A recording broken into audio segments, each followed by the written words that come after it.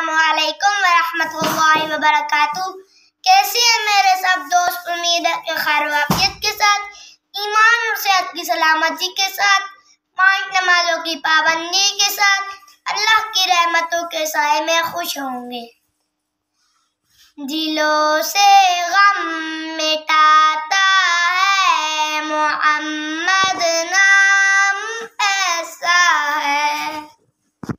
दिलों से गम मिटाता है मोहम्मद नाम ऐसा है। नगर उजड़े बसाता है मोहम्मद नाम ऐसा है।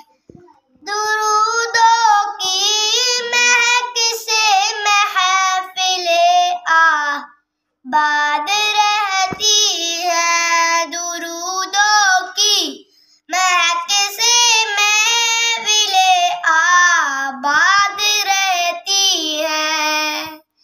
मेरी नातें सजाता है मोहम्मद नाम ऐसा है। मेरी नातें सजाता है मोहम्मद नाम ऐसा है। मेरी आज की वीडियो का मकसद दोस्तों को ये बताना है कि अगर हम कामयाब होना चाहते हैं तो इन 5 चीजों से बचना चाहिए। नंबर 1, लोग क्या कहेंगे। नंबर 2, मुझे नहीं आता। नंबर 3, मेरा मूड नहीं है। नंबर 4, मेरी किस्मत ही खराब है। नंबर 5, मेरे पास वक्त नहीं है। अगर हम कामयाब होना चाहते हैं तो इन 5 चीजों से बचना और वक्त की पाबंदी के साथ अपनी तालीम पर मेहनत करना है।